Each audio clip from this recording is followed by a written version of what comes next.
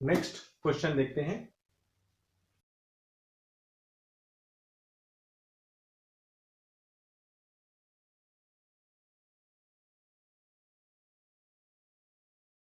Following is the receipt and payment account of Women's Welfare Club for the year ended 31st March 2019।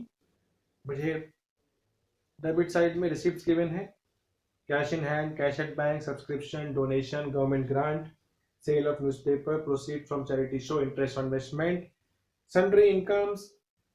Salary payment side पे आओ तो salary, stationery, electricity charges, insurance, equipment, petty expenses, expenses on charity show, newspaper, lecturer fee, honorarium to secretary, cash in hand, cash at bank। उसके बाद मुझे additional information given है salaries की, insurance prepaid की, subscription outstanding, subscription advance, electricity charges, stock of stationery equipment building। मुझे income expenditure और balance sheet बनाना है। तो सबसे पहला स्टेप हम क्या करते हैं, हम लोग फॉर्मेट बना लेते हैं। आप भी बनाइए, मैं भी बना लेता हूँ। चलिए, ये फॉर्मेट है balance sheet as on 31/3/2019, income and expenditure account for the year ended 31 March 19, opening balance sheet, subscription account, stock of stationery account, equipment account. Equipment account क्यों बनाया, क्योंकि इसी पेमेंट में इक्विपमेंट आ रहा है। ठीक है, अगर कोई भी आपने एसेट परचेज किया होता है तो हम उसके अकाउंट बना के ही मैं यूजुअली प्रेफर करता हूं कि हम उसका अकाउंट बना के ही करें। Similarly stock of stationery, subscription में मेरा ओपिनियन है, मैं प्रेफर करता हूं कि मैं अकाउंट से करूंगा तो जल्दी होगा और मतलब अच्छे से होगा, मैं ये मानता हूं। तो सबसे पहले बैलेंस हम लोग आरएनपी उठाते हैं, जहां जहां जो जो अमाउंट आएगा हम डालते रहेंगे। मैं भी डाल रहा हूं, आप भी डालिए। Cash in hand 22,500।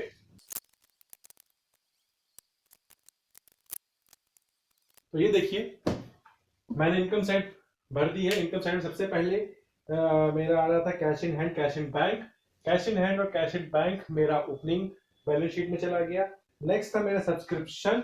सब्सक्रिप्शन को मैं सब्सक्रिप्शन अकाउंट में ले गया by bank 8,17,500। Next donation, normal income है, by donation 30,000 income side, income expenditure में। Next government grant. Government grant के बारे में मैंने एक नोट लिखा है, नोट नंबर 5।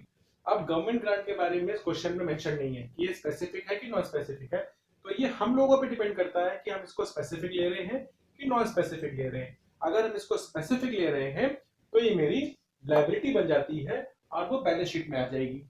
ठीक है, और अगर हम लोग इसको नॉन स्पेसिफिक लेते हैं तो ये नॉर्मल इनकम की तरह ट्रीट होती है और इनकम एंड एक्सपेंडिचर अकाउंट में आ जाती है।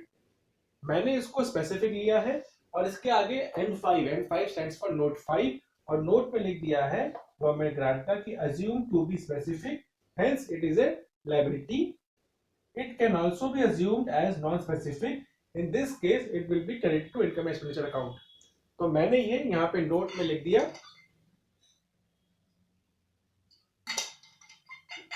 तो एग्जामिनर को पता होगा, जो आपको पेपर चेक करेगा, कि स्टूडेंट को मालूम है नॉन स्पेसिफिक क्या करेंगे, स्पेसिफिक क्या करेंगे।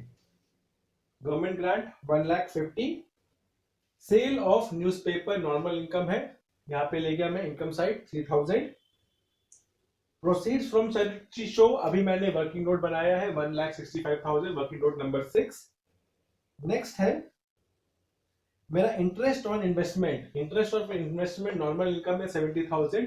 अब सिंस इंटरेस्ट आया है इन्वेस्टमेंट में तो इन्वेस्टमेंट भी होगी, तो मैंने उसकी कैलकुलेशन करी है और यहाँ पे मैं लिख देता हूँ नोट नंबर 7। ये कैसे आया, नोट नंबर 7। ठीक है, इसका फॉर्मूला होता है interest upon rate into period of holding divided by 12। Period of holding मतलब मैंने कितना पीरियड के लिए होल्ड किया है, इसमें मैंने पूरे साल के लिए होल्ड किया है, इसलिए 70,000 अपॉन 10 अपॉन 100 इंटू 12/12 कैलकुलेट करेंगे तो 7 lakh to sundry income 4,000 by sundry income 4,000 normal income थी।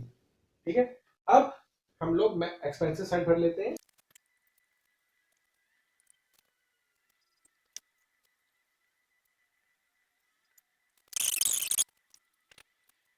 चलिए, अब हम एक्सपेंसेस देखते हैं। सैलरी, सैलरी के बारे में क्या मुझे कोई एडजस्टमेंट गिवन है? हाँ, सैलरी के बारे में कोई एडजस्टमेंट गिवन है, इसलिए मैंने वर्किंग नोट 8 बनाया। इसमें लिखा अमाउंट पेड 1,25,000। स्टेशनरी, स्टेशनरी का मैंने अकाउंट बनाया हुआ था तो टू बैंक 17,000।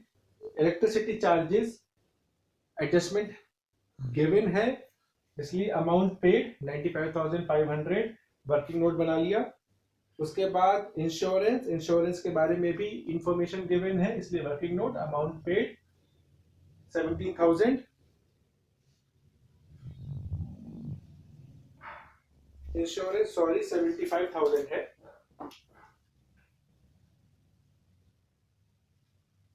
इंश्योरेंस मेरा 75,000 है। उसके बाद इक्विपमेंट का मैंने अकाउंट बनाया है to bank 3 lakhs। Expenses by petty expenses, normal expense है 5,000।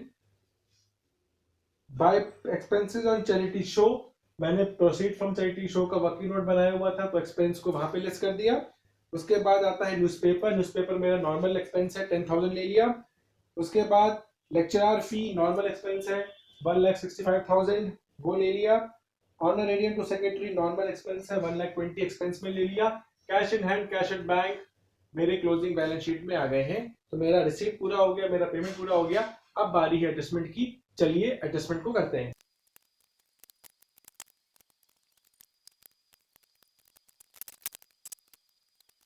चलिए अब एडजस्टमेंट्स को देखते हैं, एडजस्टमेंट कहाँ गई हैं। सबसे पहली है आउटस्टैंडिंग सैलरी एज ऑन 1 अप्रैल 2018। तो 1 अप्रैल 2000 आउटस्टैंडिंग जो सैलरी है वो आप ओपनिंग बैलेंस शीट में ले जाइए और जो आपने वर्किंग नोट बनाया था उसमें से लेस कर दीजिए। ओपनिंग वाला लेस होता है, ओपनिंग आउटस्टैंडिंग। करंट ईयर के आउटस्टैंडिंग क्लोजिंग बैलेंस शीट में 18,000 और इस वर्किंग नोट में आप इसको ऐड कर दीजिए। इंश्योरेंस प्रीपेड है, प्रीपेड इंश्योरेंस मेरा एसेट होता है तो ओपनिंग वाला मेरा ओपनिंग बैलेंस शीट में आ जाएगा, क्लोजिंग वाला मेरा क्लोजिंग बैलेंस शीट में आ जाएगा। वर्किंग करूंगा जब इंश्योरेंस की तो जो ओपनिंग प्रीपेड है वो ऐड होगा और क्लोजिंग प्रीपेड माइनस होगा। नेक्स्ट आता है मेरा सब्सक्रिप्शन आउटस्टैंडिंग सब्सक्रिप्शन ओपनिंग यहाँ आ जाएगा, क्लोजिंग सब्सक्रिप्शन मेरा क्लोजिंग बैलेंस शीट में आ जाएगा। अकाउंट की बात करूं ओपनिंग सब्सक्रिप्शन डेबिट साइड में आएगा 37,500। क्लोजिंग की बात करूं तो वो मेरी क्रेडिट साइड में आएगा 25,000। एडवांस सब्सक्रिप्शन ओपनिंग वाला ओपनिंग बैलेंस शीट में 17,500, क्लोजिंग वाला क्लोजिंग बैलेंस शीट में। अकाउंट की बात करूं ओपनिंग वाला क्रेडिट साइड में आएगा 17,500, क्लोजिंग वाला क्लोजिंग बैलेंस शीट में डेबिट साइड में आ जाएगा 10,000। उसके बाद इलेक्ट्रिसिटी आउटस्टैंडिंग करंट ईयर की गिवन है तो करंट बैलेंस शीट ईयर में लायबिलिटी है 12,500। करंट ईयर की लायबिलिटी को आप वर्किंग नोट में पहले ऐड कर दीजिए। Stock of stationery opening balance sheet में 22,500, क्लोजिंग बैलेंस शीट में 7,000। अकाउंट की बात करूं opening balance brought down, closing की बात करूं तो bye balance carried down 7,000। Equipment opening balance sheet में 2,56,000, क्लोजिंग बैलेंस शीट में 5,02,000। अकाउंट की बात करूं तो to balance brought down 2,56,000, by balance carried down 5,02,000।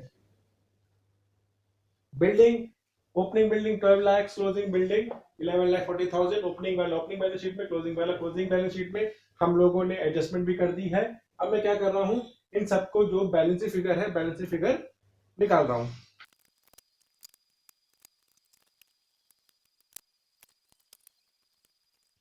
तो ये मैंने सबके बैलेंसेस निकाल दिए हैं। स्टार्ट करते हैं। सबसे पहले मैंने इलेक्ट्रिसिटी का निकाला, ठीक है, इन दोनों को ऐड करके 1,08,000 इसको मैं इनकम एक्सपेंडिचर में ले गया और ब्रैकेट में लिख दिया N10 मीन नोट 10 से आया है। उसी तरह से इंश्योरेंस को ले गया 79,000, सैलरी को ले गया 1,31,000, इन्वेस्टमेंट ले जा चुका हूं प्रोसीड फ्रॉम चैरिटी शो,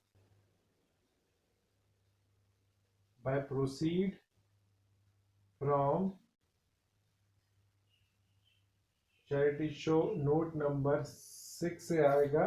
कितना अमाउंट आएगा ये, proceed from charity show 36,000। Government grant यहाँ पे जा चुका है। इक्विपमेंट का जो बैलेंसिंग फिगर आएगा वो आएगा आपका डेप्रिसिएशन 54,000। तो डेप्रिसिएशन इक्विपमेंट को 54,000, बिल्डिंग का ओपनिंग और क्लोजिंग वैल्यू को निकाल के आगे 60 दोनों को ऐड किया तो आ गया 1,14,000। Stationery by income expenditure 3,25,000। तो टू स्टेशनरी कंज्यूम 32,500, सॉरी मैंने 3 लाख में बोल दिया था, 32,500। सब्सक्रिप्शन की बैलेंसिंग फिगर आई है 8,12,500। तो बाय सब्सक्रिप्शन 8,12,500। जब मैं एसेट और इसका डिफरेंस निकालूंगा इसकी बैलेंसिंग फिगर होगी कैपिटल फंड, ये आएगी मेरी 22,66,000। ये मेरी क्लोजिंग बैलेंस शीट में कैपिटल फंड ओपनिंग फिगर आ जाएगी और N1 लिखनी है। ठीक है, अब मैं सरप्लस और डेफिसिट निकालूंगा, देखते हैं कितना आता है। सरप्लस की बात करूं तो सरप्लस मेरा आ रहा है 1,91,000। इस सरप्लस को मैं यहाँ पे ले जाऊंगा, ओपनिंग फंड में ऐड करूंगा, वो आएगा 24,57,000। अब बैलेंस शीट का टोटल करते हैं। तो बैलेंस शीट का टोटल आ गया 26,47,500। बैलेंस शीट आपकी टैली है, क्वेश्चन आपका सही है।